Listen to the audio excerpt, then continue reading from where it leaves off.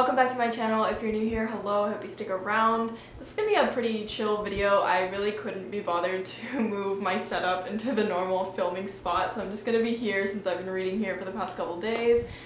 Before I get started with my May wrap-up, I did just want to say that I have linked I've put a link down below in the description of how you can help out for Black Lives Matter.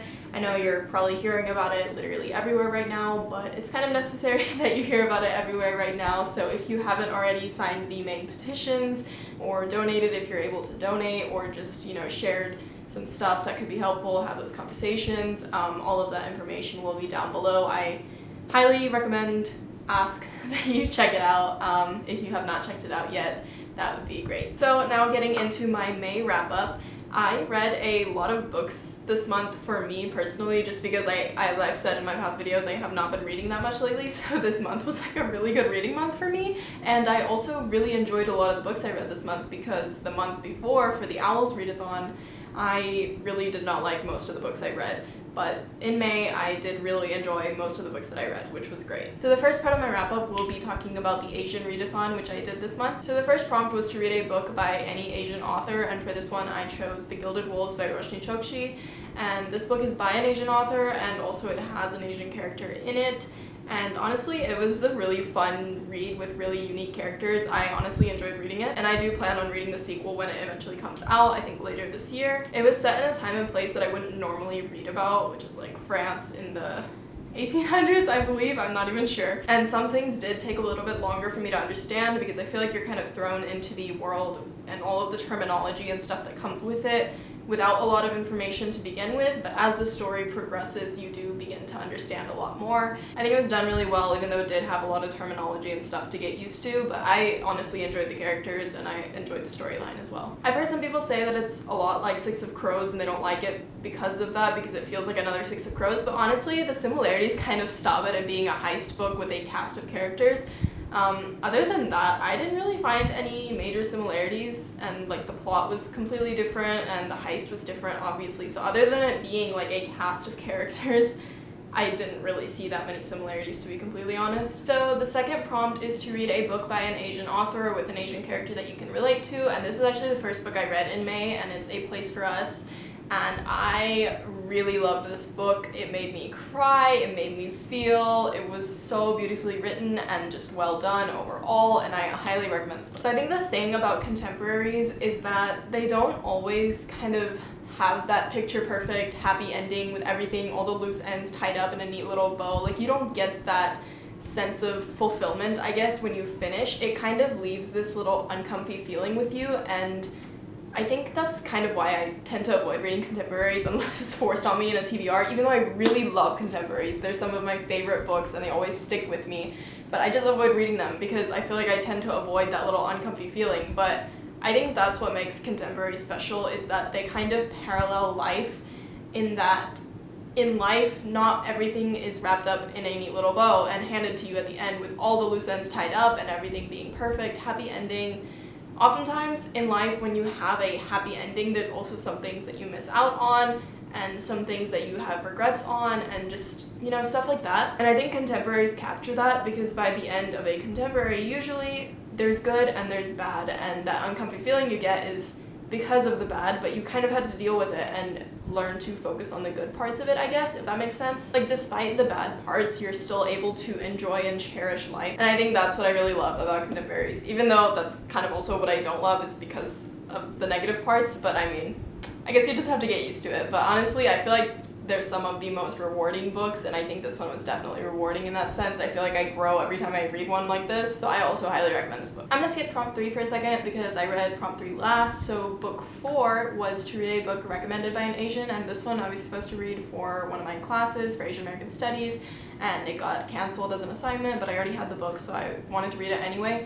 And I was really excited to read it, so I went ahead and did, and that is On Earth We're Briefly Gorgeous. This one, again, was really beautifully written. It's emotional, it's raw, it's all the stuff that they say it is. It's very good. Highly recommend this book. It's similar to A Place for Us in that not everything is perfect, and it leaves you with that kind of feeling at the end that not everything has been tied up in the way that you wanted it to, maybe. but I still think it's a very rewarding read, and it's also told in a similar format in that it's not exactly chronological. It's kind of a series of happenings and emotions in the main character's life. In A Place for Us, there's more than one character that it's narrated from. In this one, it is just the narrator, Little Dog.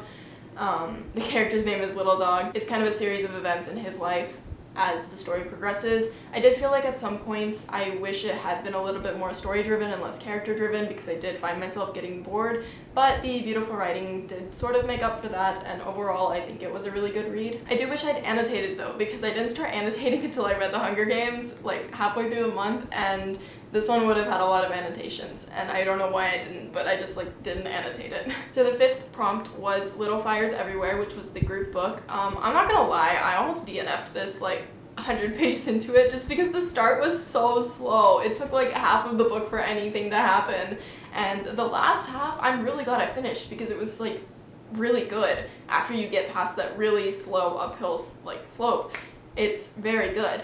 But I just wish that a lot of the ending storyline had been moved further and then further developed, because it's like really slow leading up to everything, and then all of a sudden everything just comes crashing down really fast.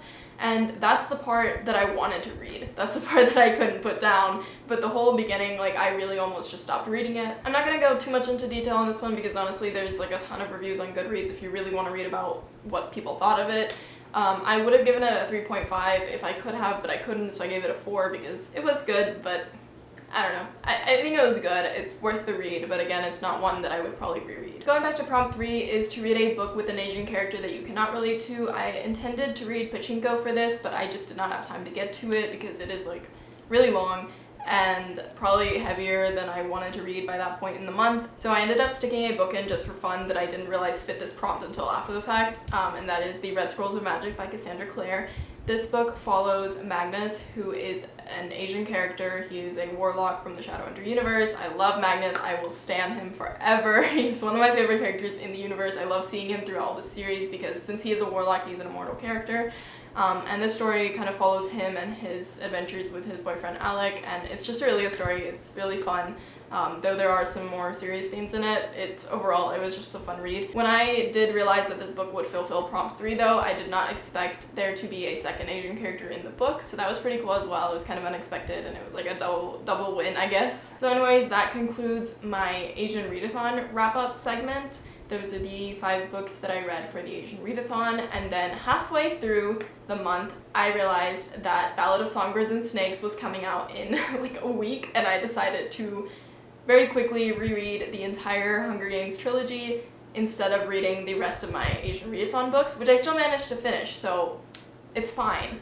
But I did squeeze in an extra 4 books that I totally did not plan to read this month, so I'm kind of proud of myself for that. I'm not going to bother pulling them off the shelves because that's a hassle to put back, but basically I reread The Hunger Games, Catching Fire, and Mockingjay. You can watch my vlog. I filmed a reading vlog while I was reading all 3 of those. I will put the card up there. I honestly had so much fun rereading The Hunger Games. I loved it even more the second time around, and all I can say is I used to ship Kale, and now I ship Penis, and it's not because that's their ship name. Peta is just superior. If you don't know what I'm talking about, Katniss and Gale is Kale, and then Peta and Katniss is Penis. And I also read, obviously, Ballad of Songbirds and Snakes, which was the prequel novel just released this month in the Hunger Games universe, and I honestly really liked it. I know it's got some not so great reviews, but I gave it a 4 out of 5 because I really liked it, and I'm just a sucker for all of the Hunger Games lore, and so I think that's what really made the story for me. And also the philosophical themes were interesting to pick apart after the fact, so that was pretty cool too. And the songs were cool, and Lucy was just a great character.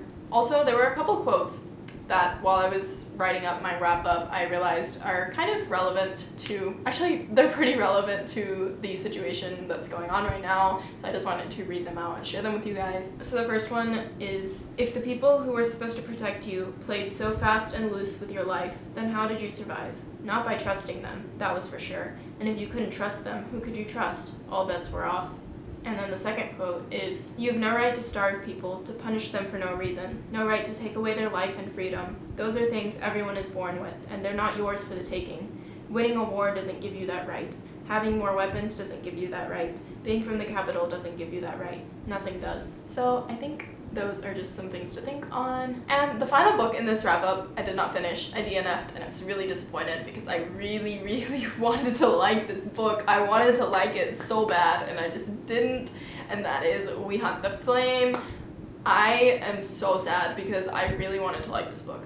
The cover is gorgeous. It's a fantasy about people of color, written by an author of color, written by a Muslim author, and I really wanted to like it, and I just didn't. It was just so boring. I could not get more than 150 pages into it, and that was me struggling through like half of that. I couldn't do it. I literally finished 2 entire books, like 400-page books, before I DNF'd We Hunt the Flame. The writing seemed nice and poetic at first, and then it was just too much. Like, I'd have to reread an entire paragraph 5 times, and then I would still be confused about what exactly was happening and what the place looked like, and then whenever it would be clarified, like 2 paragraphs later, I'd be like, okay, so I was completely wrong. Like, what happened? I tried so hard, I tried. So anyways, that was my May wrap-up. I hope you guys enjoyed this video. As always, don't forget to like if you liked this video, and let me know if you've read any of these books, what you thought of these books, if you enjoyed them, didn't enjoy them. I want to know, so let me know down below.